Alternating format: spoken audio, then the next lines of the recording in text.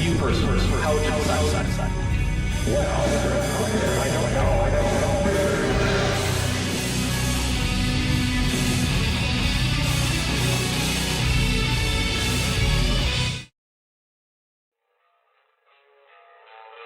You found the skeleton.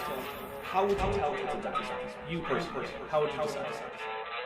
Well, interesting question. I don't know. I'd have to do research on this.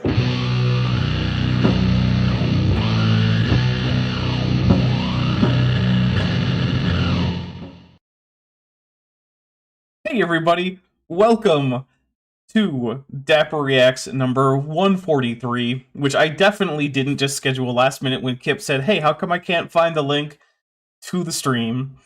So, yep, that is a thing. And also, yes, we did get 2 Dappers of Professional drinks right before this, because yes, I did screw up beginning. But, you know, that's okay. I'm here with Vish and Dr. Kip Davis, who has written no books. None whatsoever. No. 5, but including this one. We all know that those books were ghost written by your dog. Yeah, that's the rumor. But I keep telling people it's impossible because, listen, okay, Dagon looks like a smart dog, but in reality, there's not much going on up there. And the sum total of Dagon's thoughts in the course of a day are stick, food, run, sleep. That's it. That is it. But that sounds like the kind of thing someone might say in order to dissuade people from believing the truth that his dog had ghost written his books. Oh, wait, there is one more thing, and this is funny, but also kind of annoying. But when I'm watching TV, Dagon's got a large dog bed that's just and it's raised. It's just kind of at the foot of the TV. And whenever there's like animals, and it doesn't matter, animals or aliens, apparently, on the screen, he gets upset and he'll growl and he'll poke at the screen with his nose and sometimes he'll run around to the other side, to the other room to go get them, which is fun, but not always. Yesterday, I was watching It Chapter 2 because Welcome to Derry has started, and I wanted a refresher, right? So I was watching It Chapter 2, and there's this scene where this cute, fuzzy little Shiba Inu sort of looking dog is standing behind the door, right? And Dagon, as he is wont to do, notices the dog, and he jumps up and he's growling at the screen and everything. And then, holy fuck, the dog there's our one. Transforms into this. Oh, Jesus, you caught it. Transforms into this. Yeah, you're not immune to it like me. Corpse creature. And he was like, oh. Correct response. Jumped off of his bed. So yes, that's the thing. One of the main differences between dogs and cats. Cats can see ghosts, and they're like, "Yeah, whatever." Dogs are like, "Oh no, something spooky." We have a few things to read here. Yep. The Real Fearmonger, who's been a member for 36 months and is at the Tetrapod level, says, "Cheers to you and Duffy for bridging the divide. Thank you. Actually, yeah, Will Duffy did in fact comment on my video about whether or not he is a science denier. So that was nice. Yeah, and he wasn't angry, so that's also nice. And I do want to say, like, I've had some. I don't think this is a pervasive attitude, but I've had some comments pointing out things from before recent events that Duffy has done that I definitely do not agree with or like. And the video wasn't about that. It wasn't about I think Duffy's a great guy in all cases. It wasn't about I agree with everything Duffy has done. But also, I'll say this: nothing that I saw Duffy doing in any of these references I was sent, will compare to, say, I don't know, having participated in the mass murder of tens of thousands of people in Iraq, which I did. So yeah, I don't like those various things, but I also I'm gonna say if people can't get past their past actions and we don't let them try, then you should probably just leave this channel, because I'm also in that boat where if you're going to judge me by everything I ever did in the past, holy crap. So yeah, there's a difference between knowing what you're doing in terms of it being like maybe moral or ethical and continuing to do it despite that. And maybe not knowing the full implication, or perhaps changing your mind about participating in something that could be harmful, and just, stopping that thing. So Duffy is, as far as I can tell, he's on a path towards greater knowledge. A journey. And I will let that play out. Fingers crossed for a redemption arc. Yeah. We love a good redemption arc. Also, I would love it if the guy who took over Bob Enyart's church became a theistic evolution. Yes. That would be amazing. Oh my God. That would be very cool. You guys see what Roshina wrote in the chat? Wow, that's what a terrible thing to say. Roshina says, "I think gonna let that go unanswered. Only drinks for maple syrup." Wow. Also, it would be incredibly hard to only drink Vermont maple syrup, because it's almost impossible to find bottles that are actually pure Vermont maple syrup, because they supplement stocks with Quebec maple syrup, because Quebec itself makes like 85 to 90% of the world's maple syrup supply. And they hoard it. Yeah, they do. All right, there is one other thing I want to say. So I got a package from my wish list earlier this week, and it had some granola bars, it had some roasted salted edamame, and it had another bag of rice. So first, it did not, as far as I could tell, have a card saying who it was from. So if it was you, please let me know. And also, thank you very, very much. And if you don't want to be named on stream, that's fine. But I want to say thank you so much. Also, that means I have put rice back on low priority, because I now have a stockpile of 45 pounds of rice, and I don't really need another bag of rice for a little while. So thank you. I don't know. I know, right? Rice is Sounds free. like you might be heading in the direction of the correct amount of rice. Exactly. So yeah, I do want to say thank you to that. I also want to explain the super chat goal. So as normal, Kip will be unleashed at 30 super chats. We're already 10% of the way there, and he has already dropped his one F-bomb. So apparently, yep. I have no memory. At 15 super chats, I will also drop a Vermintide 2 Steam key. And also, if we get to 30, I will tell you about my encounter with dangerous wild animals yesterday, because I came within several meters of needing to be in the hospital as a result of severe lacerations. So I came within just a couple feet of wildlife yesterday, but I was very excited about it, and it was not threatening. I was excited too. It was just also threatening. Oh. So, wildlife can be cool and also threatening. We have jaguars around here. True, you do. They're not resident here, but they do stray into the area. Let's see. Sapphire Rip Names Line for $5 says, imagine a really clever side-splitting AIG pun here. Also imagine your favorite kaiju in emoji form here. All right, well, we'll take a drink of that. Thank you very much. Yeah. By the way, I am drinking brandy today. Cool. Yeah. Whenever I say that, I think of a friend that my sister had in school whose name was Brandy. and it's very weird. Brandy. I don't know. I like you're the a name. fine girl. It's- You're a it's- fine girl. It's a fine name, but also it makes I had a drinking cousin named brandy Brandy. weird because I always think of a person named Brandy, and that would be a weird verb to apply to that person. That's fair. Yeah. So, basically any verb that I would use of the liquor brandy would be a very weird verb if applied to a person as the object. Triceratops, Triceratops 18, who's been a member for 20 months, and is at the annual level, says, treats for Dagon, AIG is a stack of sticks. We'll take a drink for that. Here. Dagon is fat, by the way. So he's on a diet. Yeah. Poor guy. Yeah. So the breed standard for a Belgian Malinois, like they actually you're actually supposed to be able to see quite a few of the ribs. And they have to have this very, very lean midsection. So, and part of the reason for that is because they operate on such an astonishingly high metabolism that everything is just getting burned instantly. So they're like Vishanti.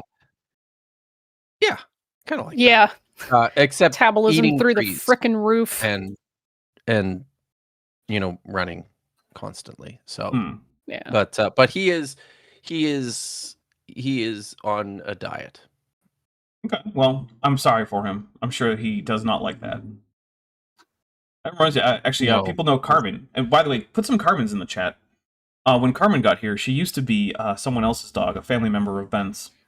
And that family member had a roommate who had a different dog. But this dog was, a medium-sized dog and also a little bit chunky. But he would feed them both the same amount of food.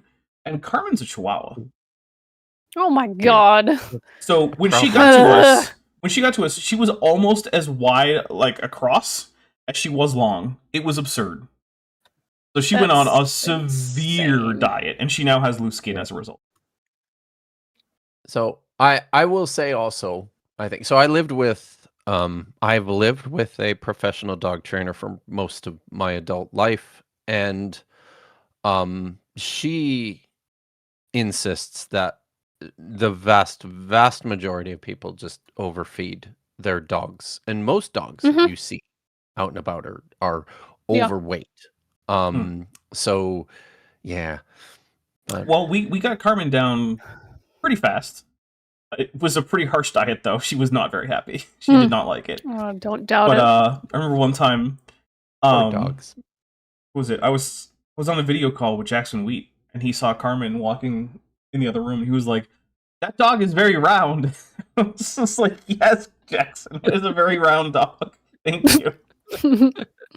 Tad is mad for $5 says, Look, Kip looks like a smart person, but there's nothing going on up there. His thoughts are hockey, IPAs, and tooks. AIG is a sack of side splitters. We'll take a drink for that. That's fair. No, it's not fair, because I mean, I think way more. Like, it doesn't even cover what I do with most of my recreational time. It just doesn't. Tad, you think you know me, but man, it just this is just disappointing. It really is. I think you just need to be tuning in more to my stuff. Clearly.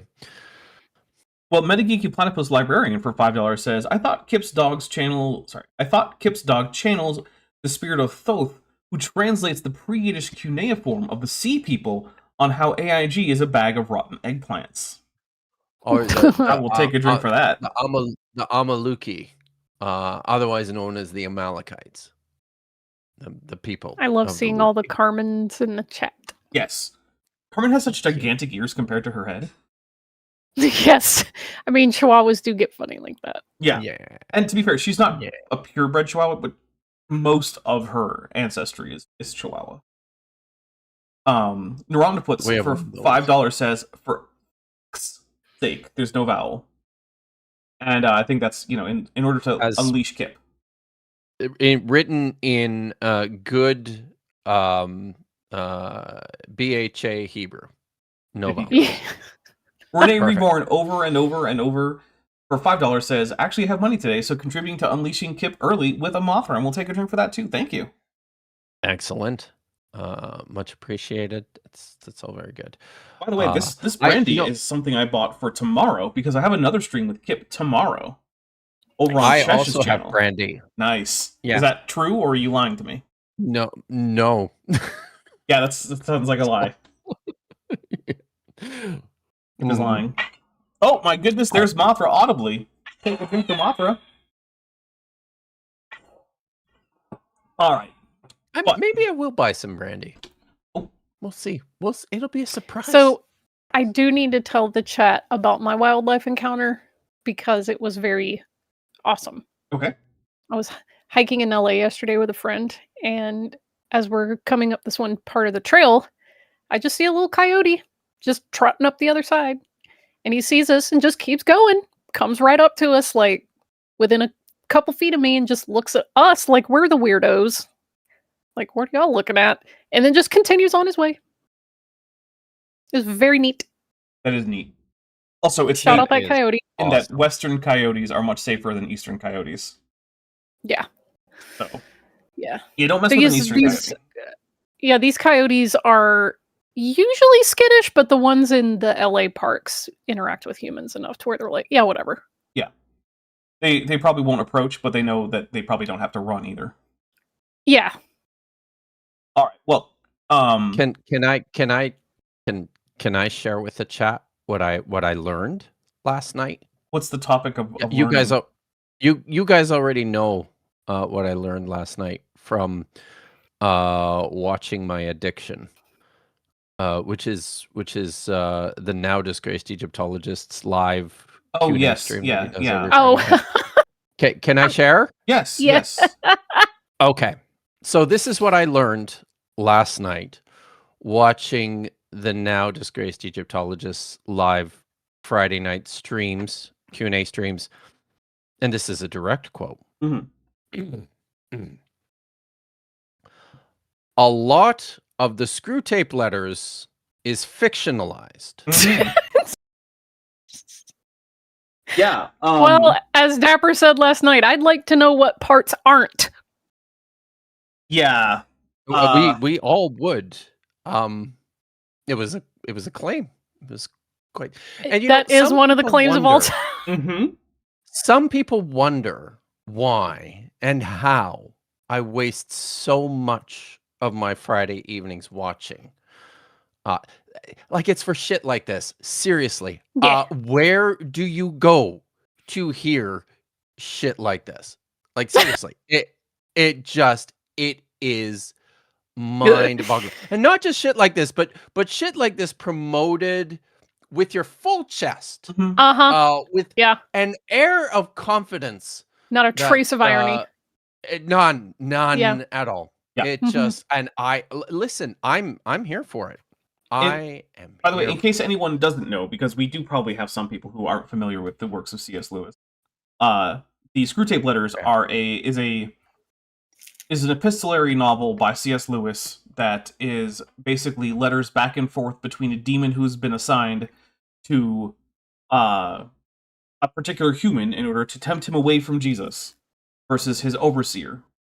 And I believe the demon who's our main character is Screw Tape, and the overseer is Wormwood, if I remember correctly. Yes. Yeah. And so apparently some of this is based on a true story. I would love, again, to know which parts. We have a few more super chats in here. Yeah. Let's see. Metageeky Platypus Librarian for $2 says, panel of experts. Tacos or nachos with a Mothra? Tacos. Oh, tacos. All right. I'm actually currently in a nacho mood, but normally my answer would be tacos. So, and that's because I've had tacos several times since the last time I had nachos. So right now I'm sort of hankering for some nachos. I like the crunch. Crunch. Yeah. Look. Yeah. Crunch is really important. Look, there's a reason why Klingons put bits of eggshell in their egg dishes. Fun fact. Let's see. If nachos were made Various with the kind of masa that you get from like chips and guac type chips instead of yeah. like really shitty not masa corn flour, then I would eat nachos more. Well, you 'Cause know, you can The just crunch make that those. you get from masa chips Mhm. is substantially higher. Yeah. And they're thicker. Let's see. Sapphire Rip Names Light for $5 says, "What's the best thing that happened for each of y'all this week? I had a really good checkup with my HRT this week." Well, congratulations, first of all. That's awesome. Well done. What is the best thing that happened to me? Hanging with one of thinking my about it. friends that I met Yeah, at that's a good Dragon Con, who has become an ongoing friend, and we met up in San Diego when she was there for Comic-Con. We met up here because she's in town for like a concert or something. And yeah, that was the best thing. It might be bullying Chesh into tomorrow's stream for me by setting up a poll that I couldn't lose on her own channel while she was live. Because for some reason, she has given me the power to do that, and I very rarely bother with it. Every once in a while. Every Boy. once in a while. You know, you can't abuse those powers. I try not to. That's the most effective way to make use of them is, and I say that as, you know, I think selfishly you can't abuse those powers because that's the most effective way to make use of them. Yeah. Boy, I don't know. I guess so. I finished the audio for chapter 14 this week For a book that you didn't even write. which is pretty good. Your audio's about to have a quinceañera. Yeah. I don't know what that is. You don't know what a quinceañera is? Quinceañera? It's Or mostly in the quince? name. I've heard it. I've heard it. Vicious said it It's- before, and It's a Mexican, like, I guess, rite of passage ceremony for daughters when they Oh, turn yeah. 15. And it's Yeah. kind of like they Excellent. dress It's a up and girl? have like a prom thing, and Yeah. it's honestly to sort of me, like a Sweet 16, but you're 15. but you're 15, nice. yeah, and it's a little creepy when you think about it because it's like, oh, you're sort of grown up now, and I'm like, no, you're still a child. Look, but this Is- also does that goes back to the mean- time where people married super young. Right. So I'm also going to point out there are some other This- groups that put the age of adulthood even 2 years earlier. So Yeah. that's true. Does that mean that the book is feminine? not. Perhaps. Should I start? How many chapters referring are there? to I mean, Libro is masculine. 17 plus an introduction and epilogue. Huh. Nah. I don't think so. Does mean it has 19 sections, which is a very significant number in Islamic numerology. So Nice. that's because there's so, a verse in the that was- Quran that just says, "And above it are 19," and no one knows 19 of what or above what. It's just in there, and it's like, okay. Oh. All right, sure. That's like high plus a 1-up. Let's see. Tad is Matt for $5 says, "Methinks Kip protests too much. Tooking so hard that his took is wearing glasses. Donating to hear no books curse me out with a Godzilla." I'll take a drink for that. Air Force Nut for $5 says, "Screw Tape Litter's fictional. Next you'll tell me that Jesus didn't take the form of a lion, make 4 children the kings and queens of a magical world." Sarcasm.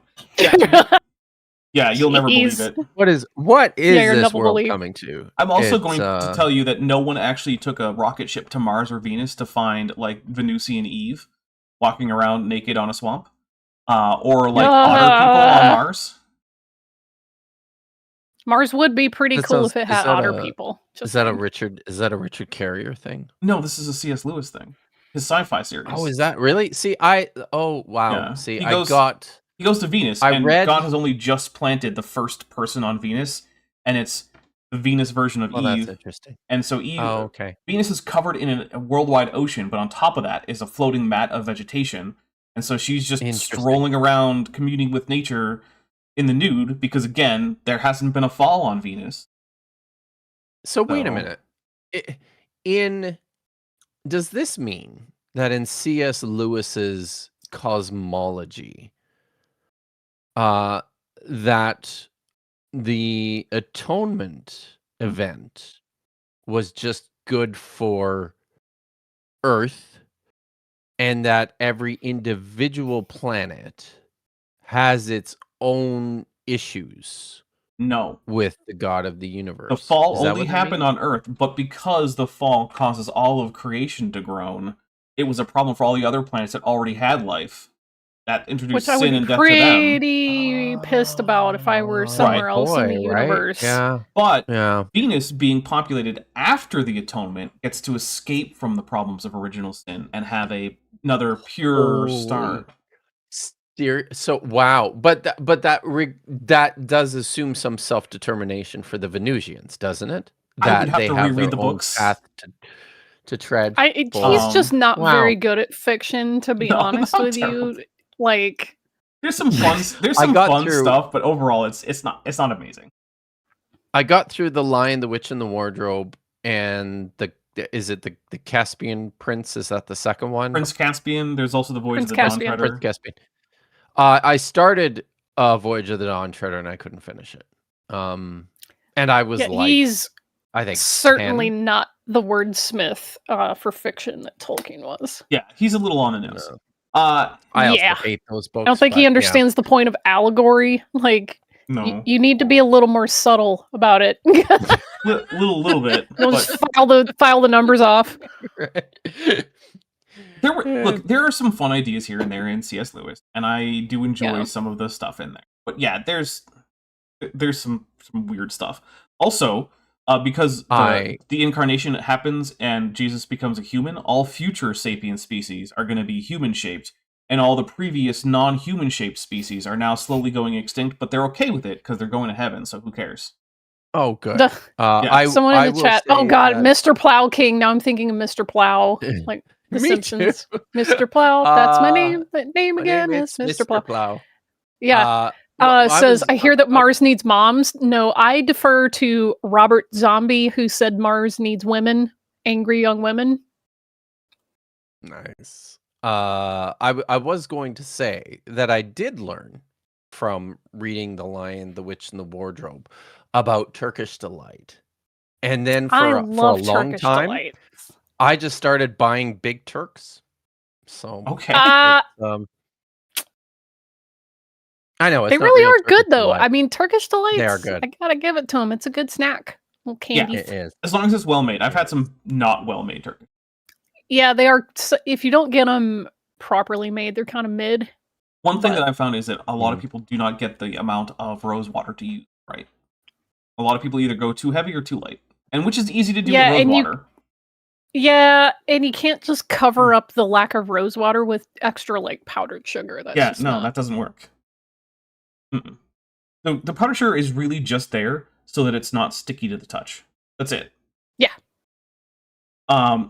Anti-Zero Meridium for $5 says, have any of you seen Guillermo del Toro's Frankenstein? I have not. If so, thoughts? Not yet. AIG is a pond of male ducks. Is it good? Thank you. We'll take a drink. Oh yeah, I mean it's well. First of all, it's Guillermo del Toro, so of course it's good. But also, like the casting is good. The story. Apparently, they really hit all the good points of the book that most people miss. So that's good. Yeah, nice. I think it's on streaming or it's on demand or something Netflix, now. Like, isn't it? Something like that. I obviously, because I live in the greater LA area, it's still screening at physical theaters here. So if I really wanted to, I could go to like the Egyptian theater and watch it. I could, go other places. But yeah, it's getting good reviews. So let's see. I think that means that we're caught up. We are only 6 super chats away from getting a Vermintide Steam key.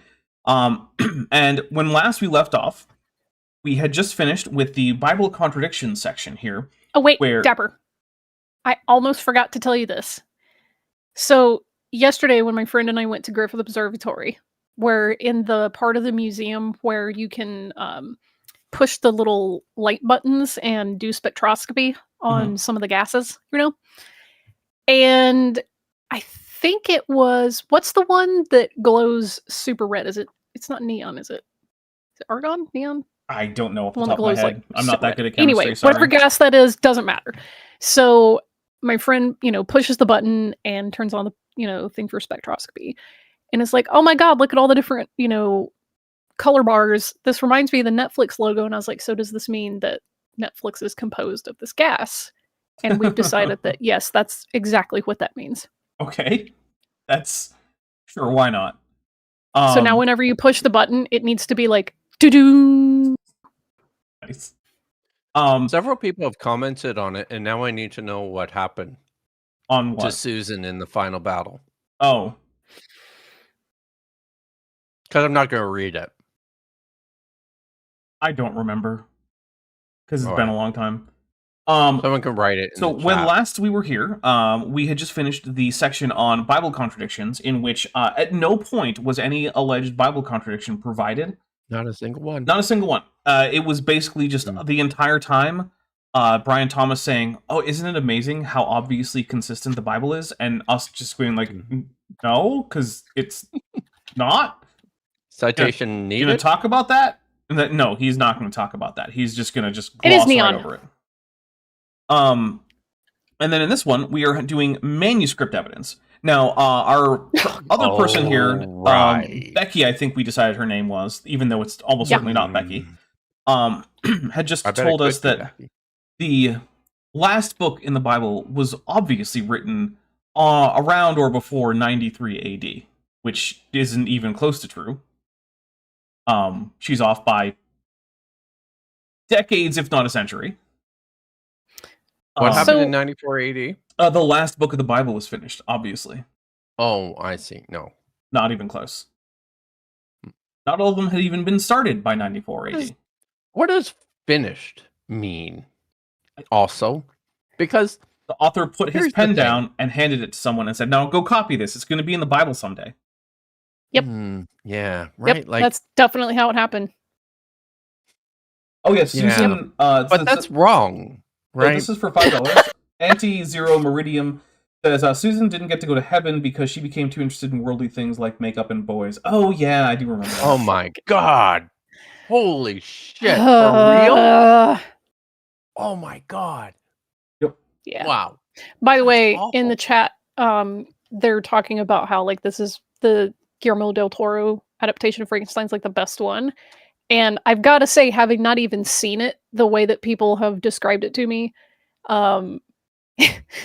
apparently they get this version of Victor absolutely correct to the point where he's so dramatic and stresses himself out about absolutely everything to the point he makes himself sick. Repeatedly. Which, if you've read the Frankenstein like book, that's him. Yeah, that is. He's just so anxious and worrywart and dramatic about girls and everything and ever that he just makes himself sick. I say he's dramatic about girls because he's gay. Okay, maybe.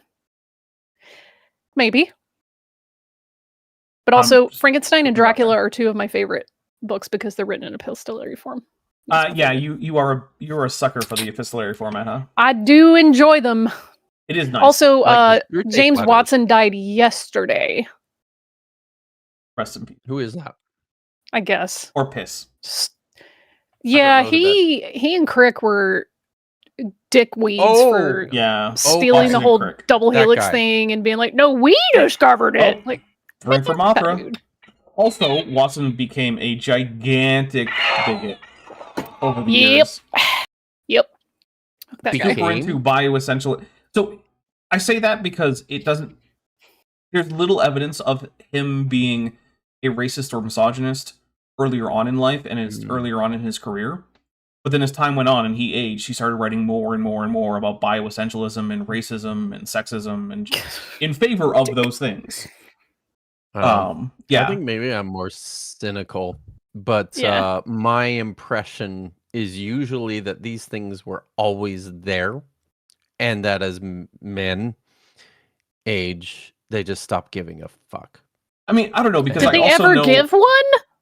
The thing is, I also know people they read the winds, right, and are able to see the optics of, or there was once upon a time there was a time when people read the tea leaves and saw, the optics of this are probably bad, so I should keep my mouth shut.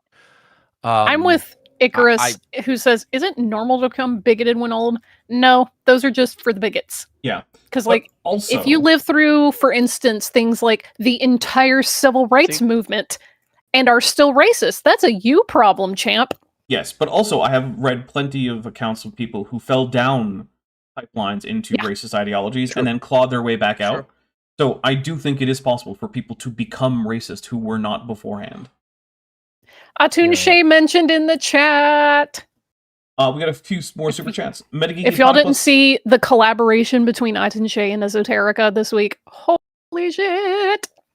Metageeky Platypus Librarian for $2 says, I am eating black bean Colby Jack avocado tacos, and I am jealous. Yummy. Tad is Matt for $5 says, Frankenstein is an amazing novel about hiding from a weird dude in your Austrian manse during a scarlet fever outbreak or some age of sail disease. Age of sail disease.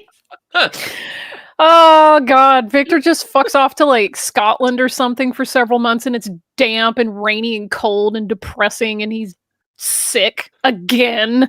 Like, it's such a good book.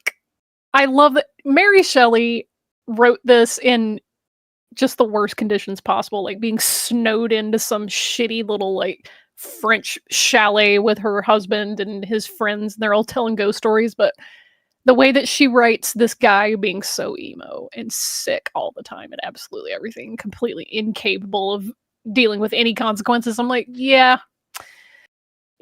she knew. We all are a little bit Victor Frankenstein. Unfortunately. I'm going to hit play. They do so because of the... they do so. That's in response to a question about how does the manuscript evidence of the New Testament show us, or not the New Testament, sorry, the Bible, show us that the Bible is reliable. Okay. Because of when they were written. So let's say you write... The manuscripts? When the manuscripts were written? I think so. That I think he's going to go with, there's a lower time gap than is often the case for ancient scripts. Jillian, did I say something other than Swiss?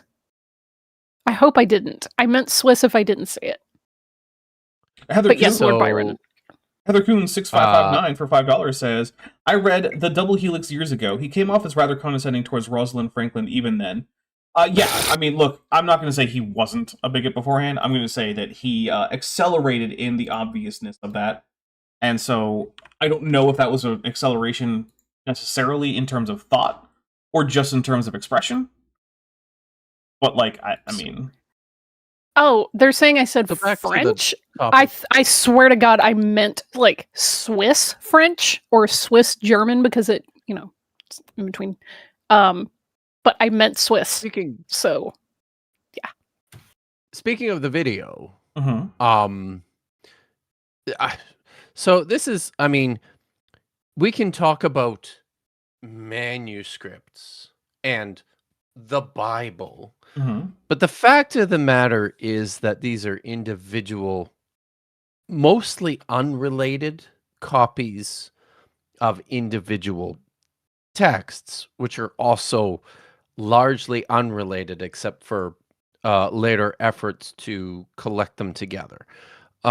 So you can have, and just thinking about my own area in early Jewish literature and manuscripts in the Dead Sea Scrolls, you can have a copy of text from the Book of Daniel, not the Book of Daniel, that dates as far back potentially as 160 BCE, not 180 BCE. And yes, that is, it might be the closest thing we could ever hope to have of an autograph, without actually knowing, because you can't tell. Nobody could tell what an autograph was. You just can't. It's impossible. So you can have that, but then those exist alongside, second century BCE manuscripts of like First Isaiah, which potentially contains stuff that was written in the 8th century BCE. So now you're dealing with periods of hundreds of years. So this is not just you can't just go, oh, look, this one manuscript corresponds with this one section of this one book that looks like it was written relatively close in time to when, the latest of these texts were written. Therefore, all of it counts as, under this same rubric of of temporal proximity. Yeah, no. Miss me with that shit. Tad is Dapper. mad says, speaking of the video, no thank you. No, For thank you. $5. Exactly. Thank you, Tad. Low Energy Videos in the chat says, I hate how creationists add extra weight to words like kinds or the like. Reminds me of tankies talking about governing bodies of the Soviet Union. Yes, fucking tankies. God.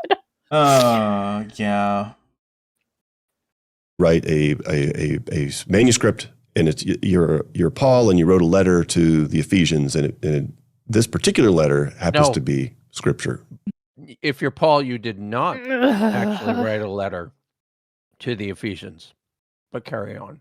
Also, I love the idea that it's scripture beforehand and not as a result of its use as scripture by churches, which is the actual causative direction here. What is scripture historically in Christianity is the things that churches read in church services out loud. Those are the things that end up being scripture to a large extent, especially when it comes to New Testament texts. The reason that these works tended to be accepted, and the reason they tend to be bound together in the first place, is for ease of use in a liturgical setting. And so the idea of what are the scriptures of the church, right? It was like, well, it's the books the church reads. Well, how do you know which books the church reads? You just go and you listen. Oh, I just heard a thing from this letter from this guy to the Romans or whatever. I guess that's part of this church's scripture. And that is the direction of causality here. The churches decide, we want to read this. Then they decide, well, I guess it's part of our collection of books that we read. And eventually this gets standardized largely, especially for the New Testament, across Christianity, even outside the Roman Empire, by like the 5th century. Just want to give a shout out to the Ethiopian Tawahedo Church for preserving like an entire manuscript of Jubilees and Ge'ez. Yes. It's very, very based of them. Very based of them, and Kip finally, I have been emailing back with Matt Monger, who has been sending me some of his papers and giving me ways to avoid paying thousands of dollars to Brill for their DJD volumes. Nice. So Excellent. shout out Matt Monger. Yeah. And shout out Anna's Archive, which is a place I definitely don't go to get things. Julian Wren says, but have you considered divine inspiration? Me neither. The thing is, it doesn't matter if I have or not. It's a historical fact that is acknowledged by the ancient Christians who are writing about the process of canonization as it's ongoing. They don't term it that way, but that's what they're doing. Like, this isn't something that is unknown to the Christians on the ground at the time, before there was an official canon. They were talking about what books are scriptures and having arguments about it, and talking about what their churches read. Some churches were reading the Shepherd of Hermas. It's one of the reasons why it's probably in...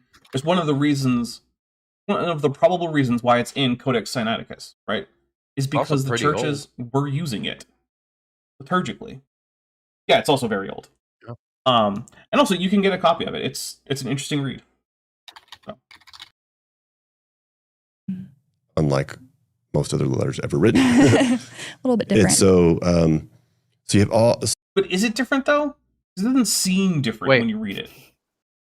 He's like, no, the difference here, he's saying it's really different because it's scripture. That's the claim here, right? Yeah. Yeah, okay. The thing is, the only reason he says that is because of a historical contingency which has recognized it as scripture. If history had gone a little bit differently, he would just say, well, it's obviously not scripture, it's just a letter. Just like he would say about, like, I don't know, the letters of Ignatius of Antioch, right? Those were read widely in a lot of churches. We still have them, and there are even ones that are probably authentic, because we also know that there's a bunch that, just like with letters of Paul, probably aren't. Mm-hmm. And those were also in the running for being scripture.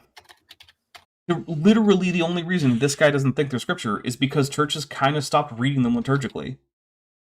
That's it. That's the only reason. So let's say this is going to be scripture. Well, how do you know it is? Well, You don't. That's the thing. Oh, No one good does. question. Yeah. Well, I guess some people do in that, And I think Joseph Smith probably knew that what he was writing was going to be taken as scripture because of why he was writing it. So, And with some I exceptions. think, I think some of this too is this label gets applied to quite a few texts, probably just because people were like, this is just what we've always done. We've always read this book or this text, and I don't know. I don't particularly think it's all that great, but what are we gonna do? It is what it is. Mhm. So, yeah. Pat is mad for $5 says, "What if?" And I'm just spitballing here. We just hung out here on Saturday afternoon, morning Europe, and didn't have to deal with Brian Thomas's pants. Afternoon, morning, Europe. Screw the Eastern Hemisphere. Well, what I would say is that that is what we do, provided that we get enough super chats. Because frankly, this is how I pay the bills, and I've had a lot of bills this week or this month. Pre-break plug for my wish list. I do have a few items on there right now to help me cope with the impending limited scarcity of my CalFresh benefits, which aren't being given out this month. So Or maybe I'm not in partially being danger of given out. starving to death or anything. Like, I do still have several weeks worth of grocery budget left, but there's some items on there that Snap doesn't cover, like things to make coffee with, like stirrers and I think filters or something is on there. So yeah, most of them are pretty low financial gift levels, but fuck Trump, fuck this government, seriously. That's two. You owe me $20 now. No. All right, everybody, help out with Chesh's not Chesh. I'm sorry, Vish. With Vish's F-bomb fund. I know the difference between you two. I've dropped several before this point, and some of them weren't particularly subtle, and you didn't say anything. So Still, help out with Vish's F-bomb fund. It helps me. Because yes, well, yeah, it turns out that sometimes a relative of yours decides that they're going to give you over $1,000 in expenses randomly because they decided to have a ceremony that you're supposed to go to. And I don't begrudge a relative for doing this, but it's also like it's a lot to just suddenly have to do out of the blue. Yep. Especially since I didn't know that there was even a relationship. Yeah. So there's Ambitious too slick. I mean, we've already established this, that I'm kind of immune from most of Dapper's F-bomb detection capabilities, so not this time though. Not this time. But yeah, so like that's the thing. And it'll be nice to go. That's why one of these Saturdays coming up here, instead of me and Kip and Vish, it's gonna be Vish and Chesh. It's gonna be off at a family wedding. But it also meant like, oh hey, I need a new suit. How much is that gonna cost? Oh. Oh, I already know that it's not gonna it's not gonna be PG-13 rated. I get it. Metageeky for $2 says no one here could afford a Chesh F-bomb fund. Probably true. God, seriously. The Robert Carpenter for $20 says donating to the F-bomb fund because F is for friends who do stuff together. Thank you. Yes. Aw. F is for friends who do stuff together. Yes. Good. All right. Well, it's Man, part of the Dutch Tunicate is face saying was my says family's this- defending Trump by saying there's a ton of snap fraud. Here's the thing.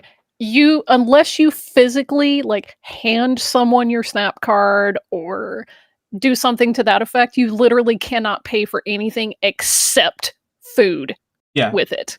Look, I've worked at a grocery store. If you can't try it. If your It will order work. contains stuff that's SNAP eligible and not, and you swipe the EBT card for SNAP, it will only take off the stuff that is actually SNAP eligible, and then you will have to find another way to pay for everything else. Yep. So it really is true that like all that money is only ever being spent on food, and the most you could do is like, I guess, lie to the people at the SNAP office about your eligibility, but they can check on that. And they can check on that. The only other thing that you could do is just hand someone your card, and then they're buying food. But that also means that you who qualify are not buying that food. And would it be fraud if I just handed someone some of my food that I bought with SNAP benefits if I'm on SNAP? I don't think so. No. So yeah, SNAP fraud is, I'm not going to say it's non-existent, but it's pretty damn close. Yeah, like Normandy Foxtrot is saying, I mean, most SNAP, quote, fraud consists of people trading food bought on it for other goods or services, which, who fucking cares? Yeah.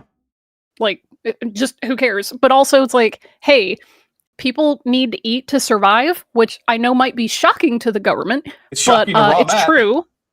Yeah. Idiot.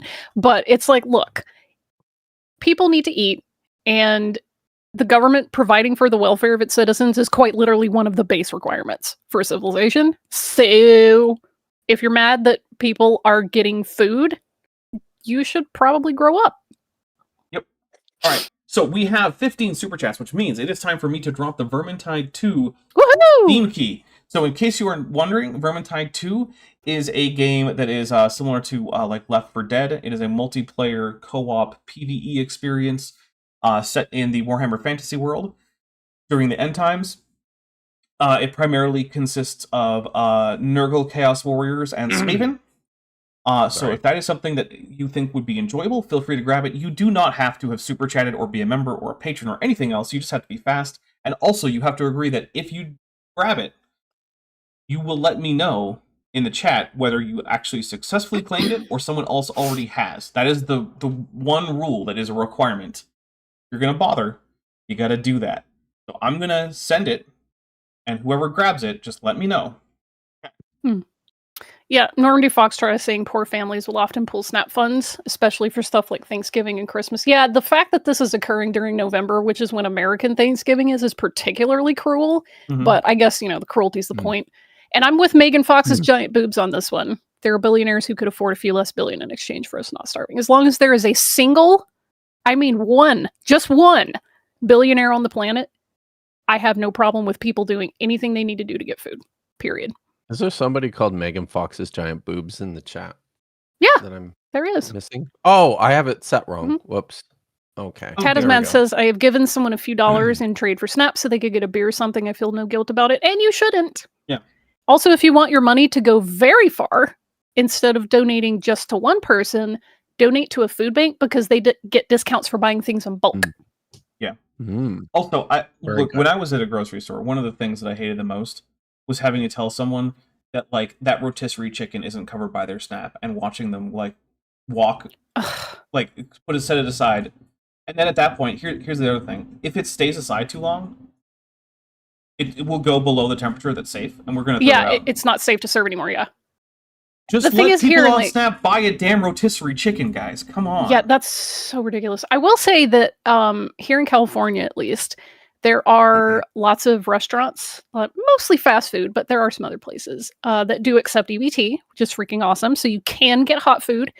And whenever I go to like the deli section of the grocery store where they have like pre-prepared stuff, the ready-to-eat stuff that's warm, I haven't had any issues getting that with SNAP. So that's good. Because I know for a while you couldn't get hot food with it, and I just, why? It's just ridiculous. I hated it I hated it so much. Best case scenario, you just now are removing an easy meal from someone. Worst case scenario, we're wasting food now. Yes. I mean, we were wasting food already. America loves wasting more food than it would ever feed people. But the thing is I've many times throughout my life have been poor enough to where you just telling the story of people having to like leave aside a rotisserie chicken almost made me burst into tears because I have been that poor before. I know what that feels like. Boyd is it stuck being the guy who has to tell someone that. Yeah. Because what do I do? It's not up to me. I literally can't complete the order with this rotisserie chicken on here if you don't pay another way, and if you don't have another way, what am I going to do? Like, I will get fired if I just let you take it. And like, I don't know. It sucks. And I'm glad that there are places now, apparently most places now, where you can just get hot food on those benefits, because it is the stupidest thing. I'm going to hit play because now I'm getting upset. Same message. Yeah, me too. It fits the consistency that we've already looked at. Yeah. It answers a question. Look, being stupid about the Bible isn't starving anyone. On its own. Right. That the other books don't address. So it's like a puzzle piece that fits. What books? I don't even know. address? I've lost the the entire thought that he's going for here. I'm not even sure that it makes sense in the first place. The whole narrative of what God wants to lay out. And it's written by a guy, or approved by one of these guys, that God said, "You are my messenger."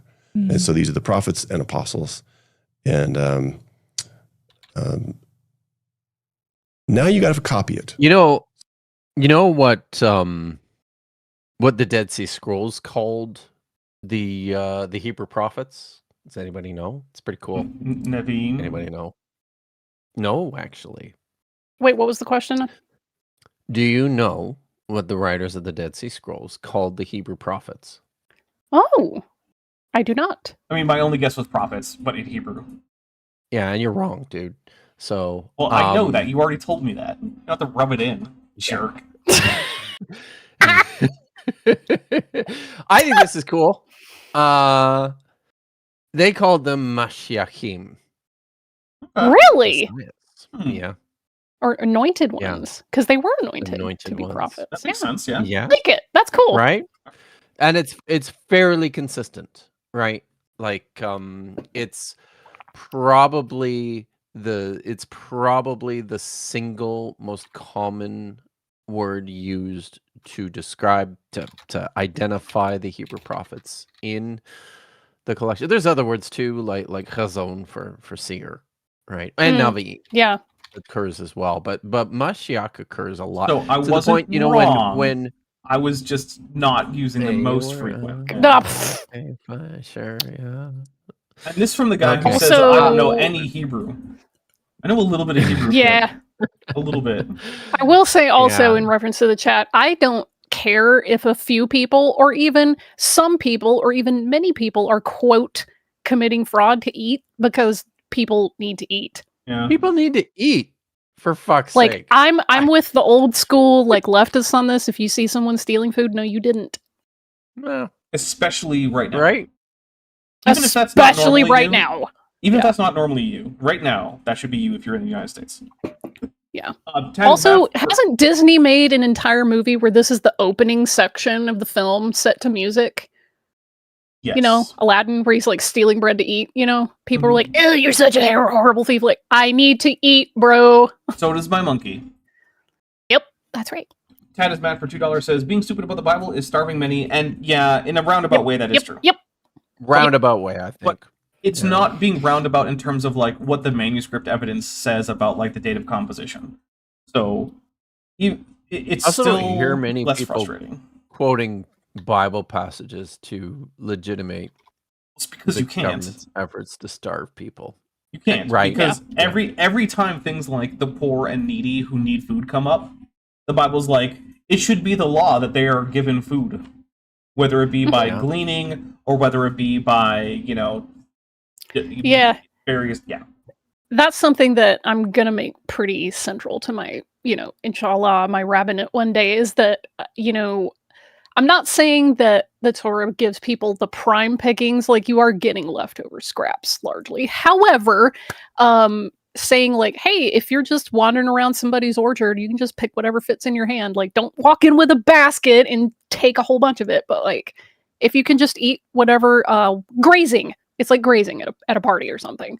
You can just do that. So I'm like, hell yeah, I'm down with this. Besides, By the way, if if you anyone, eat too much fruit, you get sick. True. So, Yeah, if anyone that could is tell true. me whether or not Yeah. the Vermintide 2 key worked, I'm gonna post it in the chat again just in case no one Ooh. grabbed it. Because I do want Hopefully to it make wasn't sure. a bot. Well, I don't. I mean, a bot would have a really hard time, like, trying to enter in a Steam key. Like, I don't think YouTube bots normally have Steam accounts. They could add a Steam key, too. So, yeah. Someone, please let me know. You don't have Vermintide 2. Roshan is, did Dapper Dinosaur just call Bent his monkey? No, we were talking about Aladdin. Yeah, that's a boo. Jeez. It's a boo. Is that a real thing? Is what a Brixie real Purple thing. says it should be illegal to lock up baby formula. Oh yeah, it Oh, it's a real absolutely is thing. locked up here. Yep. Well, not Yeah. in every store, but yeah, it is.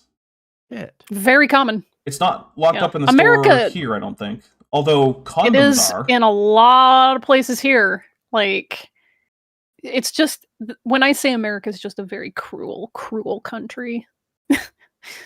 The things we do just to spite poor people is, it's odious.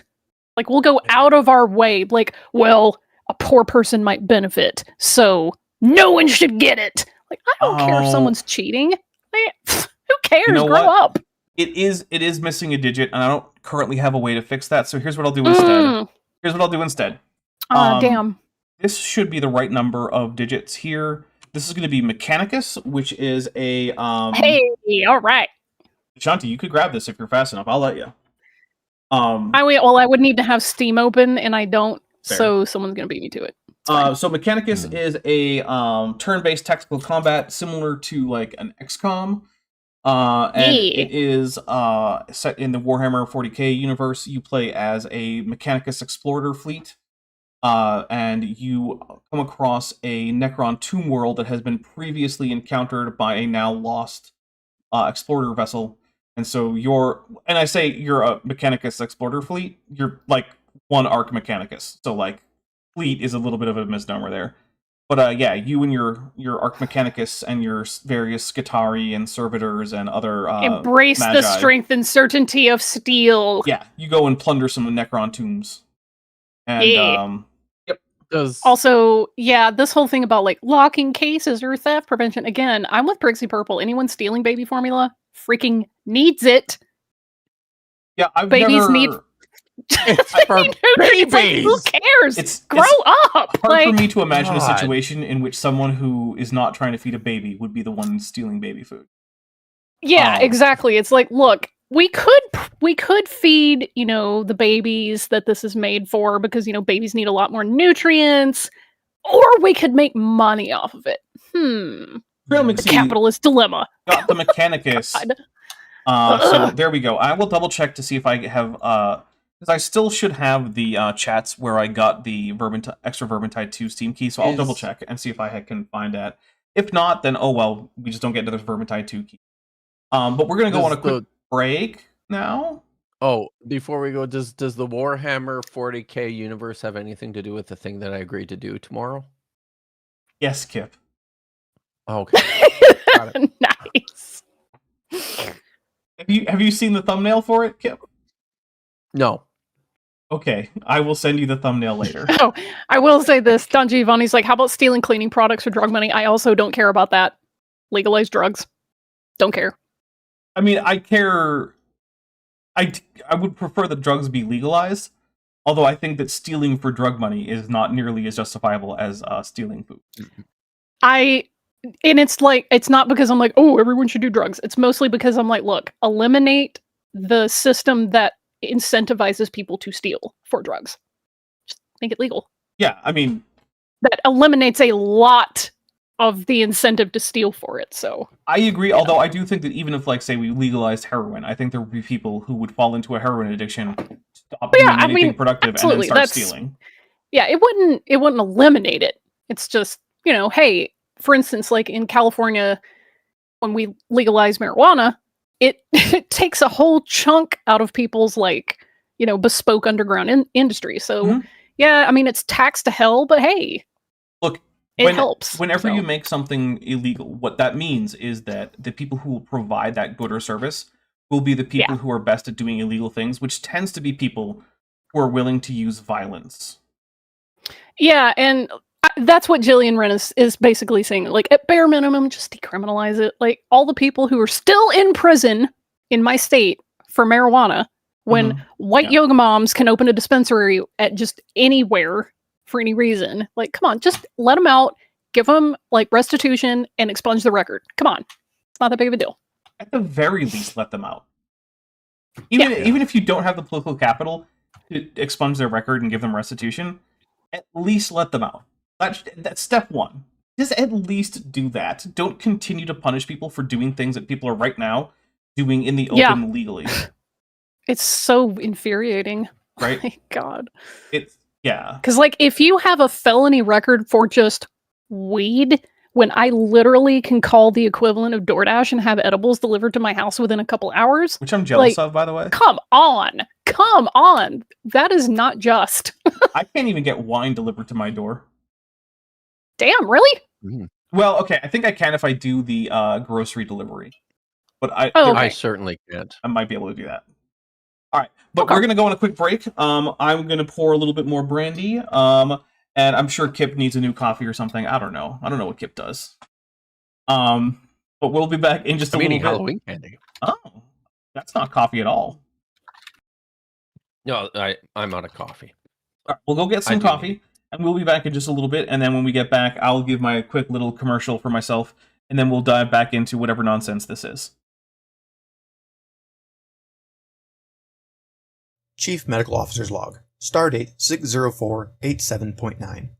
The ship has almost finished repairs following the incident at the binary M-class worlds orbiting the star at HIP 73513. We've continued our mission exploring the Shackleton Expanse. The subpar response to the resulting medical emergencies by both myself and my staff have shown some previously unknown flaws in our preparations and procedures. While this has not shaken my trust in Starfleet's set procedures and guidelines, it has certainly opened my eyes to the need to make adjustments to better fit them to the ship's particular needs. Let the engineers keep the ship sound. The safety of this crew is my first priority. Despite our rough recent performance, I am finding myself far more excited and optimistic about our upcoming missions. The Doctor's concerns for flawed mass casualty procedures are well-founded and about to be brought to the fore again. The crew is in the middle of a routine day of surveys, repairs, and diagnostics when suddenly internal alarms are triggered. Something is inside the ship, and it's growing. The crew will have to depend on their knowledge of the ship and perhaps on Commander Dulles' yoga and Pilates training, as well as Lieutenant 702's cardio training to not just regain the ship, but even to survive. Can the crew operate the ship when no corridor or compartment is safe? Will they regain control? And how many lives will be lost in the effort? Find out next time in Jeffrey's Tube Jam, only on the Top Hats Off channel.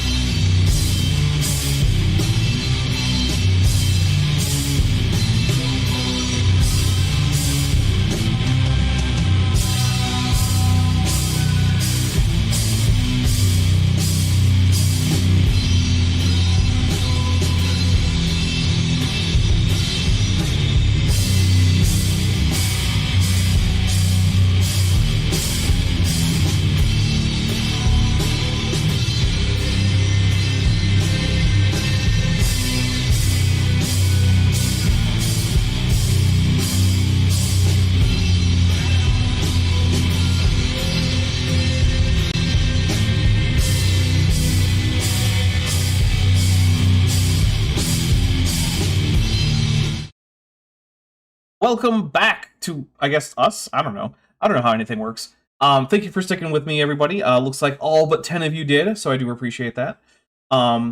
We are back after the break, and I want to say first, thank you to everyone who helped support this channel, whether it be through the Patreon, the channel memberships, gifting memberships, super chatting, any of those things, because it is indeed the reason that the channel can continue to do stuff like putting out early access videos months in advance and having, you know, multiple live streams a week, and sometimes even extra videos. Like just yesterday, I dropped an extra video. That stuff would not be possible without the direct support of viewers. And so if you are interested in supporting directly like that, there are a number of options. One, probably the best one, is the Patreon. The Patreon, I do check periodically, and I will be adding Patreon membership extra money, I don't know, whatever, to the total here on the fundraiser thing.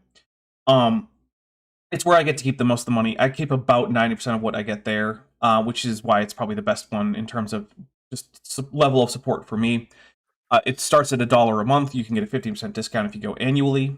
There's also the channel memberships, which start at $1.99 a month. There is no annual discount. Both of them give you early access to my scripted videos, usually 5 or 6 months in advance, which is a lot. There's a lot of stuff that's already there. There's also the Discord server. So my supporters have access to a special supporter-only Discord, and anyone who is a member or a patron can get that, including if you're gifted a membership or a Patreon subscription. So there is that too. And I think it's a really fun server. I'm not going to say that there's never any friction there, but overall, I think it's a pretty harmonious and pretty supportive group. And we've also just done some, like, you know, coming together to help support each other, right? So there's that too. There's lots of different rooms in there. You can discuss TTRPG stuff. There's special rooms for Power Rangers, Star Trek, Warhammer, and I think there's one more media thing in there. There's rooms for gaming, there's general chats, there's a special room for when you need to vent or talk about heavy stuff. So that way it's an outlet, but also people who are not in a place right now where they can deal with that also don't have to go there. So that's why we segregated it. Yeah, it's a really great place. Also, if you join the channel memberships, you get stuff like once per month, you get a membership chat that basically functions like one of the teal super chats. You get access to a few members-only videos, not many, but a few. You also get access to the channel emojis, your name turns green, get a channel badge, all sorts of cool stuff. Nita7703, who's been a member for 30 months and is at the annual level, says, we're posting our Dinovember stuff right now there. Yeah, there's that too. There's an art share, where if you're doing like Dinovember or other, like, you know, art-based stuff, you can post your stuff there. There's been some really cool stuff posted in there, including at least one fan art of Dapper Dinosaur. So that was cool.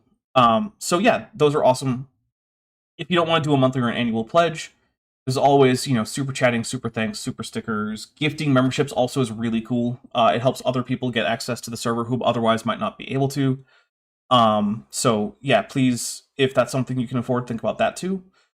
And then there's also Sheepit. Sheepit is a way you can support the channel that doesn't actually directly cost you any money. Basically, it uses computer cycles or GPU cycles to render for me on the render farm that I use for my projects. So like right now, I'm rendering some frames on there for the next video, which has the Mickey Mouse avatar.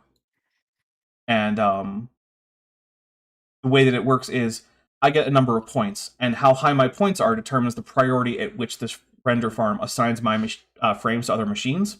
So if you render for me, I get higher priority in that listing. So yeah, there's a number of really great ways. And of course, just like and share this video. It really helps. YouTube was not kind to me in the past few months, although they're being a little bit nicer right now. So yeah. Let's see. Tad is Mad says, posted dog pics in the Discord right now. See that? And then also Looping Dope said, just joined at the tetrapod level. So everyone, send in your tetrapod emojis. Don't send in those disgusting sessile tunicates. Wait, no, do send in sesame tunicates. Don't send in the disgusting pelagic Freudian tunicates. slip, out of the heart the mouth speaks, pledge tunicates, Bremsy, Shut up, yay. shut up, no, it's not. I just misspoke. Don't slander me like this. I hate everyone and everything all the time. Gross pelagic. See, there's Narondaputs. This is all your fault. Fish. If you weren't no here, regrets. Unacceptable. Oh my! They're spreading. Gross. Yeah.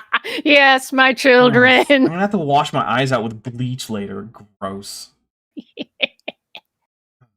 All right, I'm gonna. Dinosaurs can do that, by the way.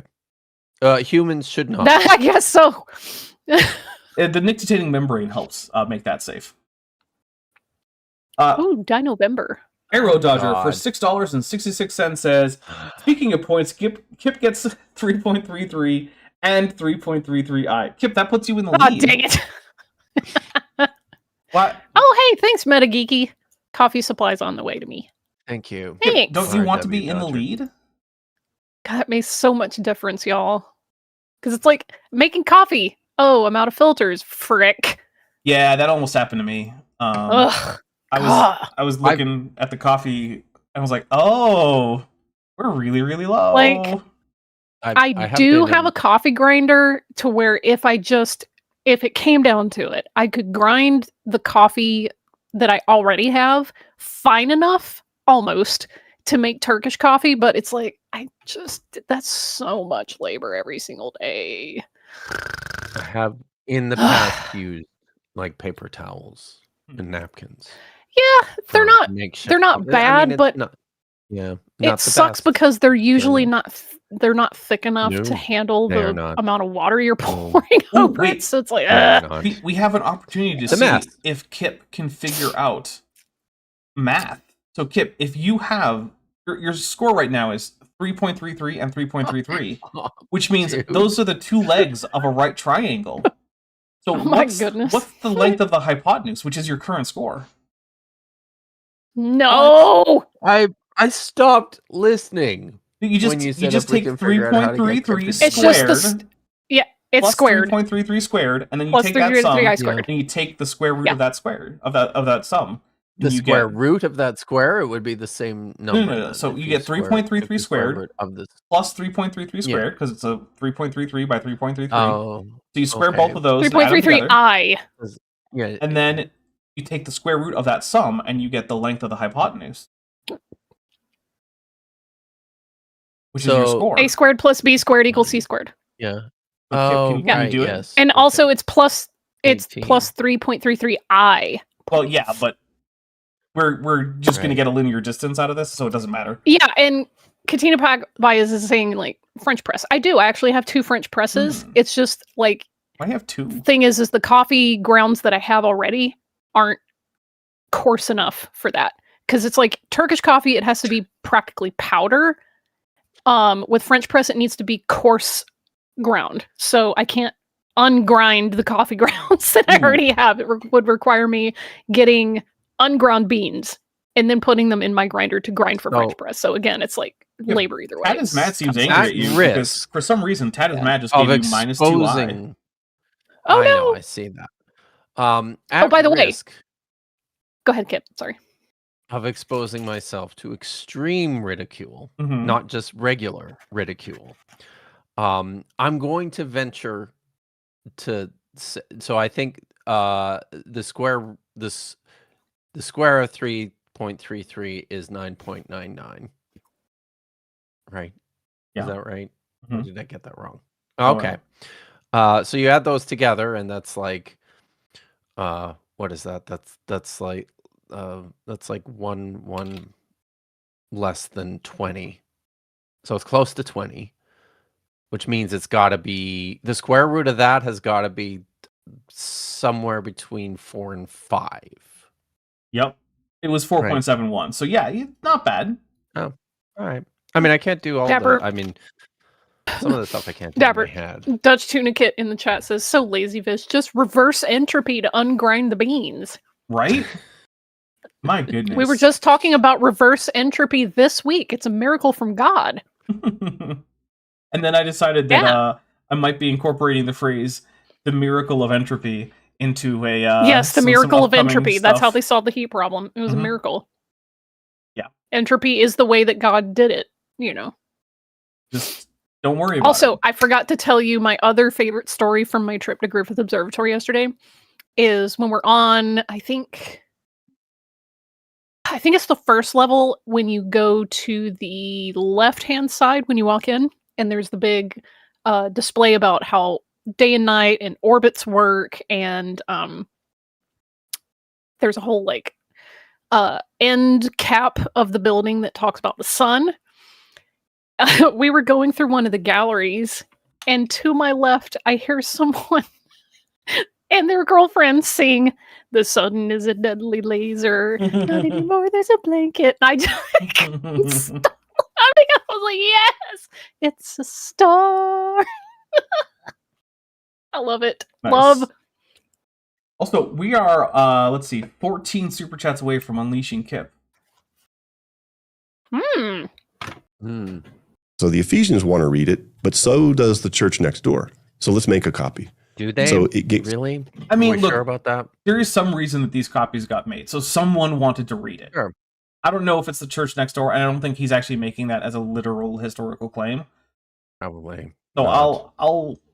I'm okay with this bit here. Somebody else wants to read it. Right. Yes. Okay. copied pretty quickly, like really soon. Mm. And then my neighbor doesn't By speak really this soon, language.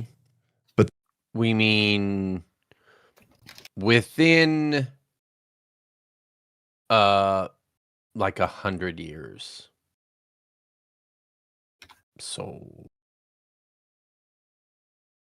because our earliest New Testament manuscripts, not that they weren't being copied in the interim, but our earliest New Testament manuscripts date at best.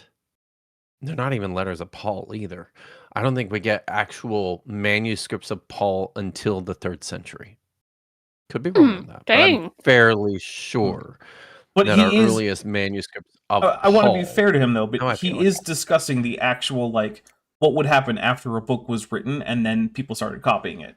Which, there's going to be a Sure. gap between when that starts and when we get our But first he said surviving. really quick.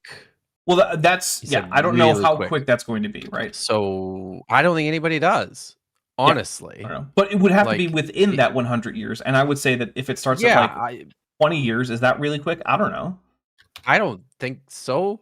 Is Maybe. it? I don't know. Well, the thing is, right now, when I think about really quick with book, copying and publication, I'm thinking in like a current day 21st century like mind frame. I don't know what quick is for making multiple copies of a book in, the 2nd century. Pretty damn fast. In the 2nd century, even though, right? Well, I mean, at the time in which these things were written, I would think really quick would be in, I don't know, like a year. Okay. I'd accept that. But I mean, do we even have? We just don't even have anything approaching that. No, but also I don't think it's completely absurd to think that there could have been more than one copy of Ephesians by the end of a year. Yep. Yep. No, I that's fair. But So yeah, but speaking of Griffith Observatory, real quick, the 2 giant telescope domes, they actually do open those up and use them still during the daytime. One of them is dedicated to solar observations, and at nighttime they'll open up the other one and do like lunar ones or like comets and shit. So yeah, they actually do still use the telescopes. It's very cool. That is cool. Yeah. Are they still looking at the Griffith Observatory? That was hard to say. Are they still looking, Vish, for the armies of Yahweh in the sky? Probably after close. Okay. Yeah, can't let the public know about that. It might cause a panic. they speak Cyrillic. What? They speak Who? Cyrillic? Who speaks What? First of all, no What one is speaks going Cyrillic because that's not a language. a language? I'm gonna take a drink. What They the- speak Oh my Cyrillic. In case anyone doesn't know, Cyrillic is an alphabet invented to transcribe Slavic languages which is attributed to Saint Cyril and Methodius, although it probably wasn't actually directly made by them, since it seems like their alphabet isn't quite the direct ancestor of modern Cyrillic. But whatever, I don't know that much about the history of that script in particular. I don't really care. But in case you're wondering, yes, Saints Cyril and Methodius were brothers, I believe, from Constantinople, who went to Russia to basically help get a Christian church set up there after the king of the Rus had been like, I'm going to go Christianity. What do you want to do, in Catholic or Orthodox? And then the Orthodox were like, we'll let you speak Slavonic. And the Romans were like, well, we got to do church in Latin. He was like, I don't want to do Latin. I'm going Eastern Orthodox. There you go. Shooting yourself in the foot there, Roman Catholic Church. Or whatever. This other languages. They're down there in Egypt, and so we need a Coptic, translation. That's an actual language. Coptic is a language and a script. But also, does Brian Thomas imagine that in like the 2nd century, people were writing Slavonic translations of Ephesians? Because that's not a thing at all. Oh my lord! Not even close. They weren't even doing a Latin translation at that point. Icarus was taken in the chat, says, from the makers of pre-Yiddish, they speak Cyrillic. Seriously, I'm taking another drink. God. I just can't. That was the dumbest thing I have heard in several weeks. Yeah. From a creationist. Mm-hmm. Like, wow. Yeah. Wow. It's like saying they speak from kanji. A creationist, no less. Look, creationists will say the dumbest thing. So it gets translated and copied in that translation immediately. And there's hundreds and hundreds of these. No, how do you know that? Immediately. What in the world makes you say that? We don't know how fast this happened. And in fact, places with different languages didn't always get the different translations immediately. Hell, again, look at the Vulgate. None of the New Testament was translated in any reliable manner into Latin for a very long time.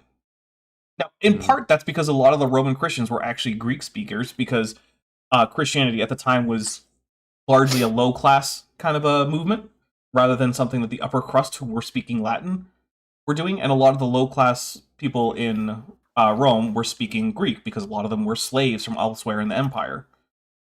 So they weren't using Latin as their everyday language, which is one of the reasons why even in Rome, a lot of scriptures end up being in Greek. But still, they were not immediately translated. And we don't know how fast they were translated, because there's no way to tell. We can say that by the time we get our first Coptic or Latin or whatever manuscripts, that they had been translated by that point. How long before that were they translated?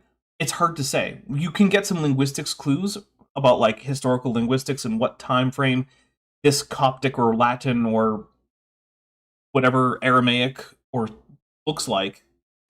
But also, people archaize things, especially when it comes to religious texts, right? Like, there's a reason that the Book of Mormon is written in, like, shitty King James English. It's because it sounds fancier, and that's what scriptures are supposed to sound like. So maybe something like that was going on, right? There's a reason why Job has archaisms in it. It's because someone wrote it to look like an older text, even though it wasn't. So could that have happened in the translations? Yeah, maybe. I don't know. So we don't know how long ago these translations happened.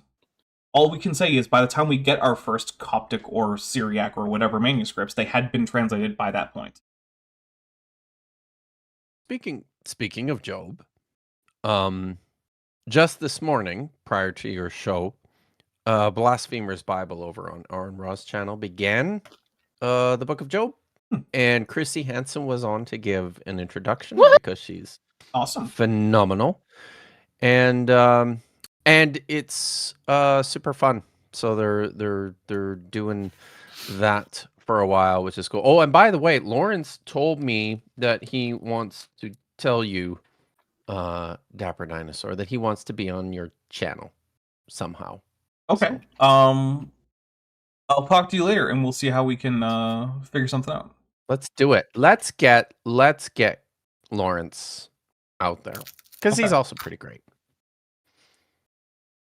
They get copied immediately. So in order for us to maintain the position that someone manufactured this stuff, you have to have this crazy scenario where the only one coming up with crazy scenarios is you, Brian.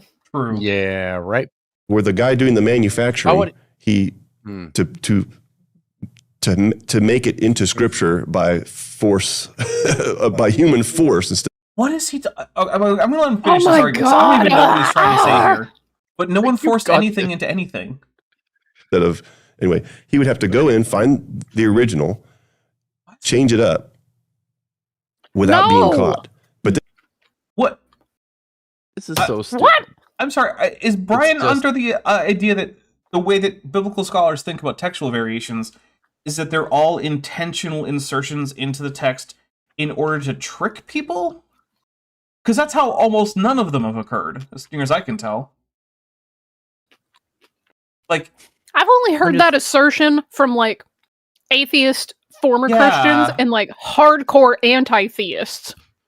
That's not the normal idea behind how this normally what we think happens is things like scribal errors, where a scribe mistakenly copies a word from a different line with a similar ending, or skips a line. Yeah, that's most of it. They encounter some marginal note that they think is actually supposed to be part of the body of the text, so they include the marginal note, or something like that, right? Well, I don't think we have any instances where we have a really good idea in terms of biblical manuscripts of saying, see this? Someone put this in here to trick you. So the only place I can think of that is not like... to trick you. Like, there's a few places where I can think of that, yeah. But very few. Like this, so this is part of what I am constantly coming up against, because this is a spectrum, right? Certainly within antiquity, certainly in the early Jewish world. I can't speak so confidently towards what was going on with the Greek scribes handling New Testament text, but certainly within the early Jewish world, a copy, a work, a text, the difference between that and, say, like what we would identify as a paraphrase, not all that clear all the time. There's plenty of instances. It's like a spectrum, right? There are some texts, some manuscripts which look word for word, or nothing is actually word for word, but pretty close, right? To the copy that they're copying from. There's a bunch more that have quite a few differences, changes, errors, corrections, those sorts of things.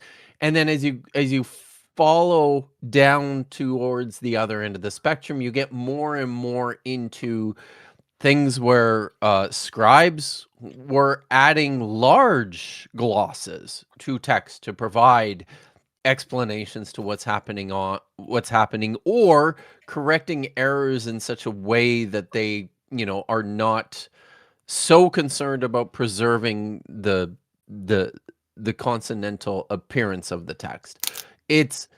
But at what point are these copies versus, entirely new works? This is an ongoing question among scholars. Just because it's what you don't understand, complicated, because you hate the Bible, is that what happened is someone sat down, they wrote out the Bible, and then other people copied it faithfully without making any changes or errors. Okay. And now we have the Bible.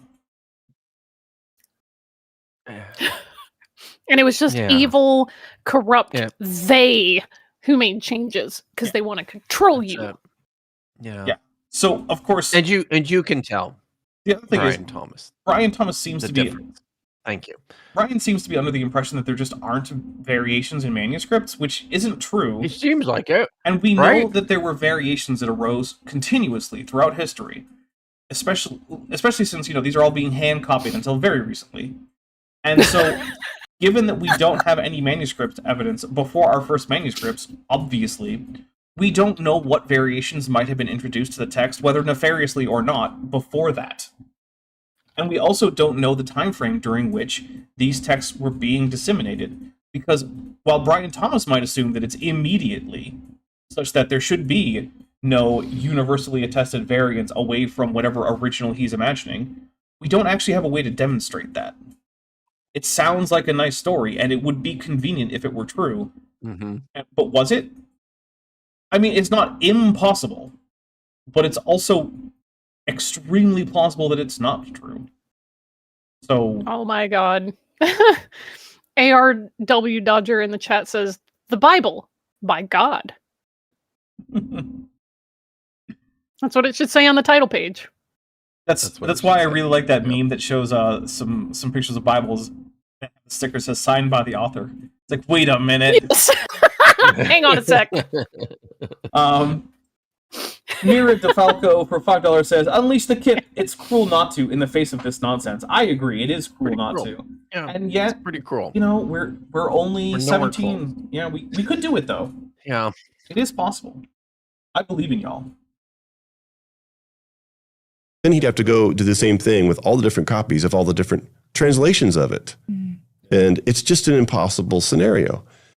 Yeah, I'll tell you what, Brian, it's probably impossible for one guy to maliciously alter literally every copy of any one book that's currently in the Bible. But that's not what anyone is proposing happened, right?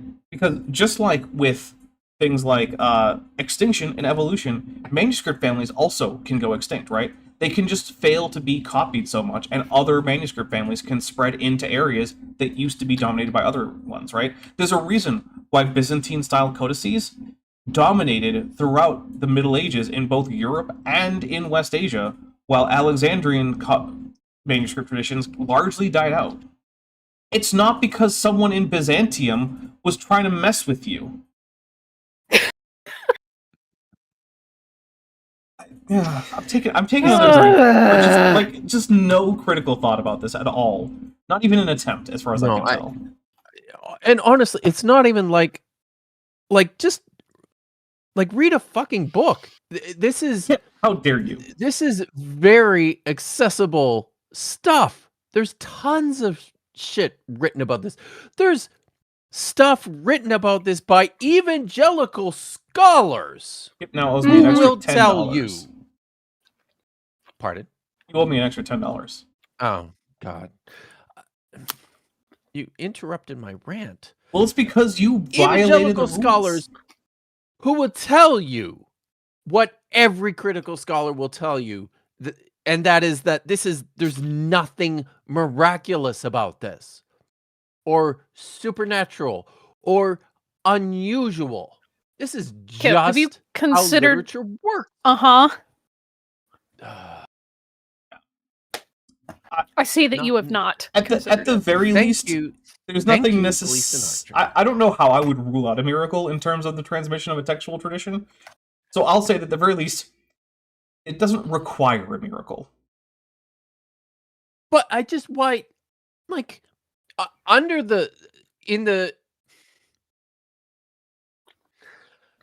is broken. We broke Kip. In the picture that we have, my brain is breaking.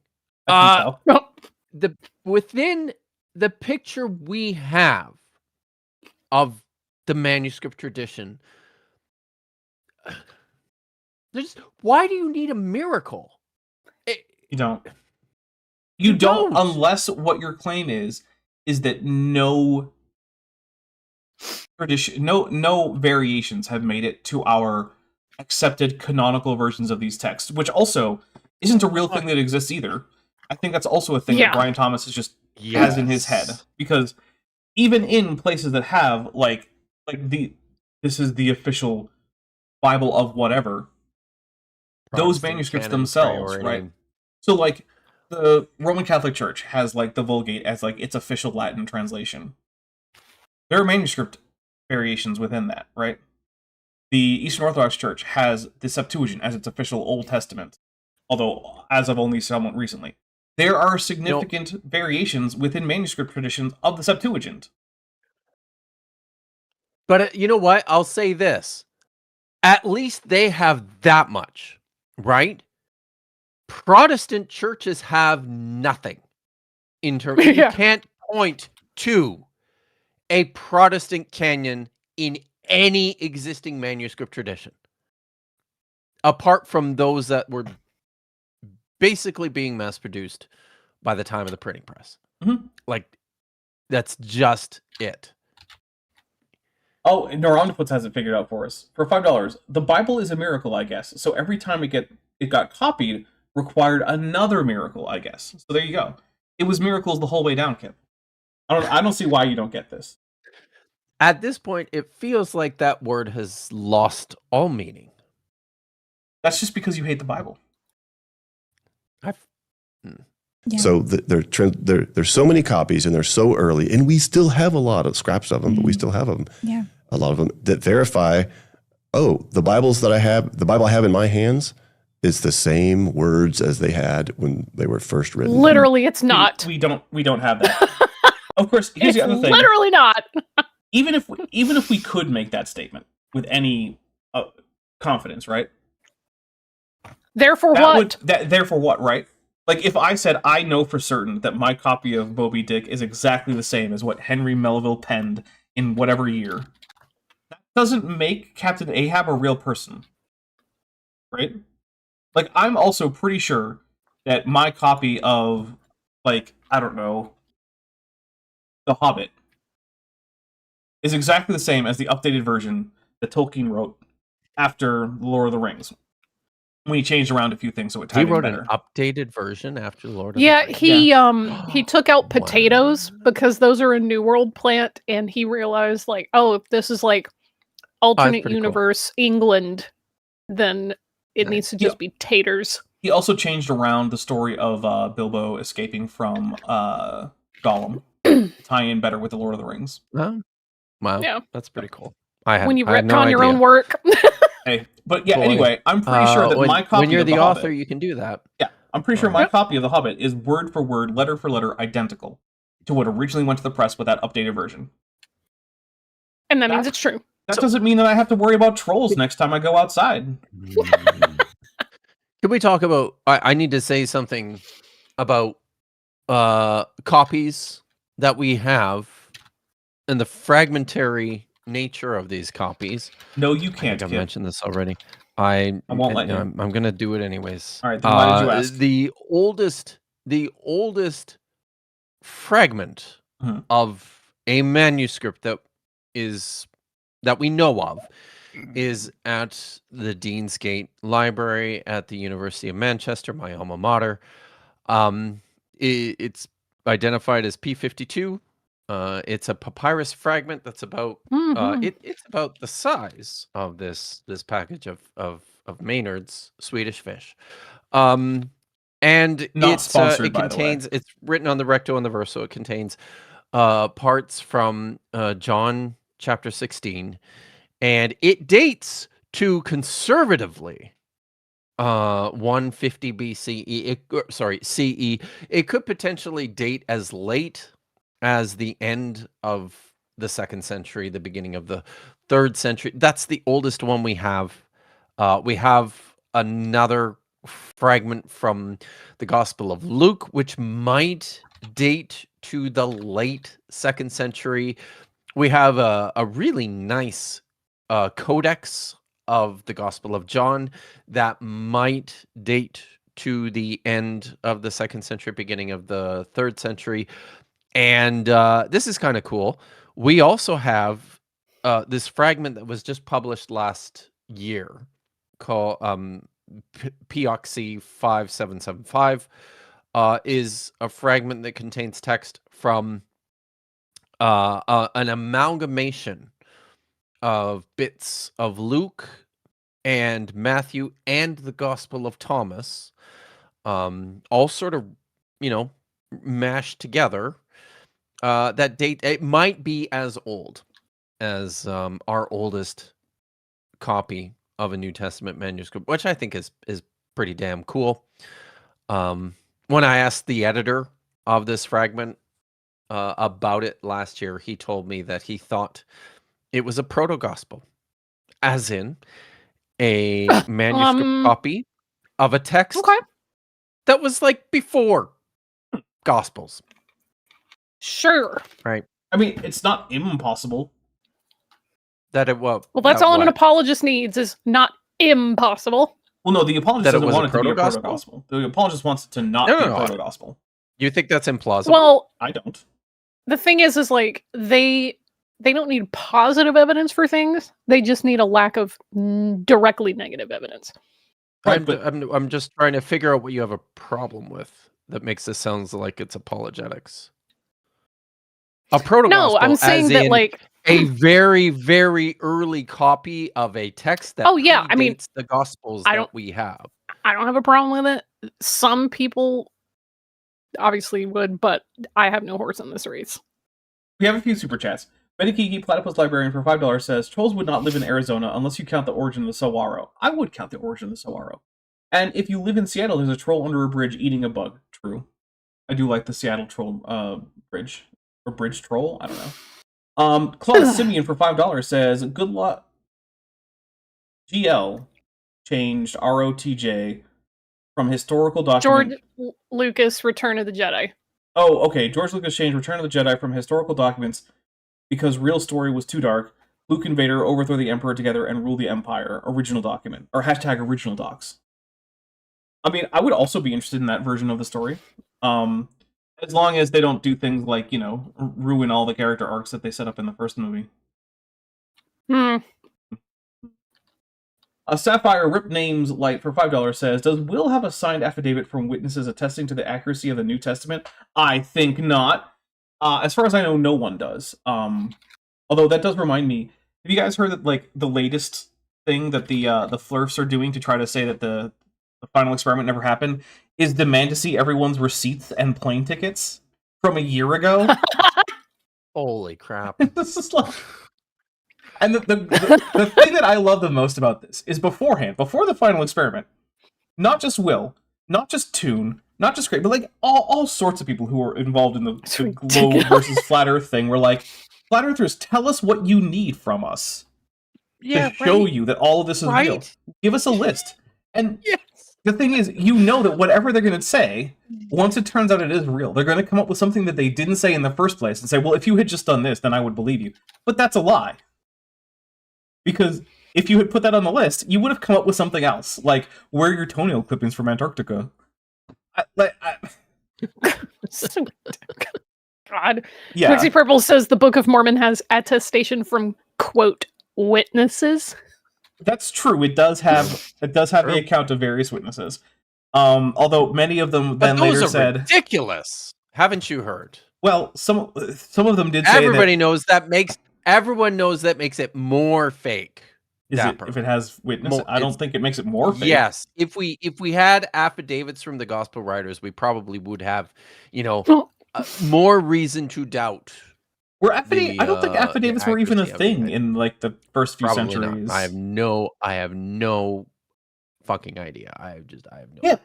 But I can't keep like having you on. You're going to keep breaking the rules, Kip. I'm sorry. Are you? Because sorry means that you're going to change your behavior. Okay. No, it just means that he feels bad. That doesn't mean that he's going to change. And he's not really sorry. But this is just sad. Sorry is just a reflection of your emotional state. It's not a declaration of intent. This really does irritate me though. Is the apologetic for this, because I mean this is effectively what so many apologists are asking us to accept, is just a trust me brah, the gospel writers saw all this stuff and recorded it accurately because, you know, it sure sounds like it when I read my, you know, English translation of the text. And yet we have legal documents produced from eyewitnesses as to the existence of the golden plates that they turn their nose up at and go, that's obviously fake. Yeah. Because of reasons. And yeah, we all recognize that, but how do you not see the gigantic bowl of special pleading that you are eating from in this bullshit. Like, you know what? It reminds me of a time. I don't know if I'm ever going back to Facebook, but I was looking at a creationist page on Facebook a while back. They posted this video about why you can know that the Book of Enoch shouldn't be part of the canon, but Genesis should be. And it came down to this. Enoch is full of crazy, impossible stuff. I'm like, okay, first, yes. The first Enoch is indeed full of crazy, impossible stuff. However, is it actually crazier than talking donkeys and talking snakes? Because I don't think it is. So, if having crazy, impossible stuff means you can't put this in your canon, I have bad news for Genesis. And then people came like, well, don't you think that God could do all these miracles and make these things happen? I'm like, okay, if he could do that, then he could also have done the miracles and crazy, impossible things in Enoch. You can't differentiate between and it just went over every single one of their heads. Because what it came down to was they didn't have a reason. They had excuses. And the real reason why First Enoch is not generally canon in most churches, whereas Genesis is again, because most churches just kind of stopped reading First Enoch. That's it. It's nothing fancy. That's all of it. They just kind of didn't keep reading it. Whereas people in Ethiopia did. Metageeky Platypus Librarian for $5 says, are you saying toenails don't exist in Antarctica? Hold on, I'm moving there. I am not saying that. However, I'm also not saying that they do exist there, because I have never been to Antarctica, and I certainly haven't seen any pictures of toenails in Antarctica. So, I don't know. Plus, if I had seen pictures of toenails in Antarctica, how do I know they weren't CGI? Or toenail simulators sent there by NASA. yeah. Or Satan also- shapeshifting into a toenail to fool you. Feels like it'd be very, very easy to fake pictures of toenails in Antarctica. Probably. But did you know that one of the other bits of cope was that Satan transformed into a sun-like object to circle the sky in Antarctica, specifically for TFE? Yeah, that was... He is an angel of light. That was Dean Odell, a Flat Earth pastor. Oh, Mhm. jeez. Yeah, Yeah. Satan shapeshifted into the sun. Another one was that they were in a gigantic version of the volume that Disney Plus uses for, like, The Mandalorian. And it was apparently just Yes, like an I have 8-mile heard that. diameter volume of It's- like 360. And it's like, how would you even build that in Antarctica? Like, do you realize how expensive that would be? Who would foot the bill for Right. that, right? Who Like has the billions of dollars it would take to make this? And also, how would you even engineer that? I don't think you could build something that big that would also have that many LED screens in it, or projectors, or whatever it is. It's just Just remember the Vegas dome that just exists in Antarctica for reasons. but that is way too small to be the dome that they would have had to use because they No, have that's just continuous tracking. perspective. Oh, I see. I see. All right. I'm gonna hit play because Ugh. the cope coming out of TFE even now a year later. It's Mm. And so that's spectacular. Yeah. So that you mentioned the number of them, but it's the Those fact that they're convictions. so early on as well. Yeah. I mean, the thing is, look, biblical manuscripts do have, as ancient manuscripts go, a fairly impressive amount of manuscripts, and from reasonably early compared to some other ancient texts, but not to the degree that it's like hard to That's true. explain, and not to the degree remotely. that it like gives us some special confidence that we have the exact versions that were straight off of the papers of whatever authors there were. Like, none of that is the case. And also, like, part of the reason we have such a long and large manuscript tradition is because, yeah, they were popular. Popular books get copied more. And, yeah, they were popular. It's not that hard to figure out. They proliferated so fast, the word of God was copied and copied and copied. And so we have a high degree of confidence that we have that we could piece together the original words. No, we don't. Now, I think that there probably is most of what we have probably does contain whatever might be an original in terms of works at least have a single author who wrote a single piece and then stopped writing it. But we can't know that because we don't have anything from close enough to say that. Because, again, we usually have about a century or so between likely date of authorship and first manuscript, and we don't know what happened in between. There is no. I think the way. No, I was going to say I think the way Daniel Wallace puts this is that within the vast numbers of manuscript copies that we have, within the enormous amount of variation between them, within that we have the words of the original New Testament. So as to say that whatever the earliest form earliest written form of this collection that we know of as the New Testament, we probably have that in there somewhere. Maybe can't always identify it just because there is so much variation. But it's there, and this still doesn't deal with the fact that there's a back history to this. Yeah. There are layers of these texts that we just don't have any kind of manuscript access to, that scholars reconstruct from the texts that we have. And I'm going to say I'm actually less confident that we can say that we have the original. I think we usually do. I am too. But there's no way to know that. But also, we are beginning to get to the point where it is time to wrap things up. Also, before you do that, the Robert Carpenter in chat says, Satan turning into the sun to fool Christians is the most shonen anime thing I've heard in a minute. All right, Kip, you have a minute and a half. Go.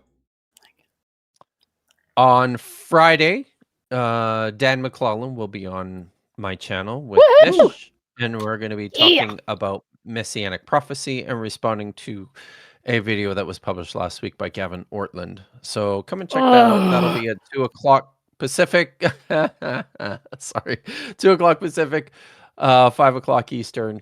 And then on Saturday, I will probably be back on Blasphemer's Bible in the morning before I'm back here, which is honestly like a little bit more fun given the sorts of brain damage that I'm enduring right now. But yeah, and then budget scripture. Oh yeah, and I'm going to be on this on. Is it on Top Hats Off tomorrow? No, it's on Chesh's channel. It's on Chesh. I'm going to be on Chesh's channel tomorrow with Brandy, and doing something.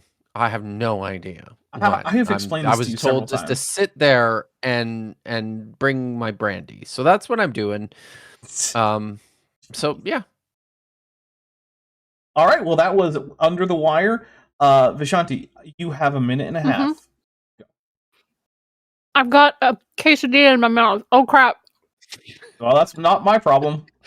Is that why she gets Dang a it! minute and a half? Oh, I got a minute. I'm working on a review of a book, and it's not a great review, meaning it won't be favorable. And I had to wait for Chrissy Hansen to get through some stuff in life before we pick back up on our series on anti-Semitism. So both of those things will be coming down the pipe. But yeah, check us out on Friday on Kip's channel. All right. Just over 30 seconds. Not bad. All right. So over here on this channel, tomorrow, this is actually not on this channel. This is over on Chesh's channel. I'm going to be there with Kip and Chesh, and we're going to do a Lore Hammer 40,000 stream where we're just going to go over some basics of the lore. So if you are not familiar with the franchise, or you might feel like you might want a refresher, because I'm going to be doing some more Warhammer 40k content over on Top Hats Off at some point. So if that's something you're interested in, come hang out. Also, hopefully it can involve Chesh, maybe even Kip, maybe even Vishanti, we don't know. But for that reason, I figured it would be good to have a resource so that people can be on the same page. So that's tomorrow. That should be at 11 a.m. Pacific, 2 p.m. Eastern.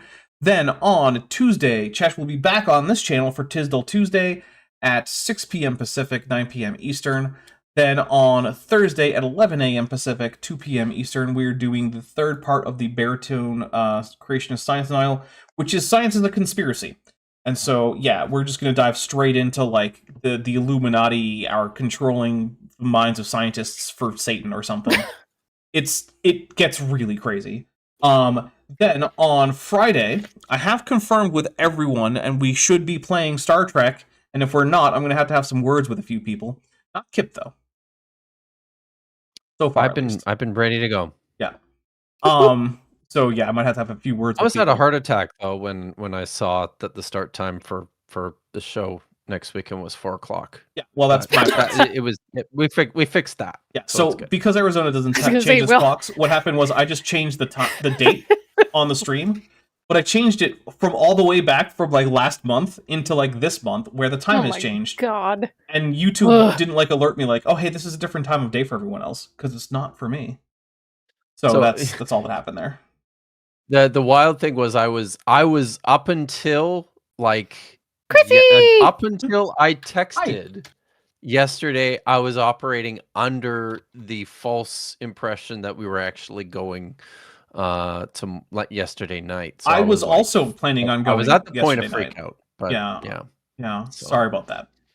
Anyway, it's all right. Then on Saturday we'll be back, not all presumably with Vish and Kip, but then the Saturday after that, I will not be here. Instead, Vishanti and neither will Kip because he's going to SBL. So Vishanti and Chesh will be here, and they're going to be talking about what was it? It was like TikTok Christians' reaction to something. It was very, very stupid. It's very, very stupid. Because look, if there's one thing I know about TikTok, is it has the stupidest people on it out of any groups. And so if you want the stupidest Christian takes on things, you just check with the TikTok's Christians.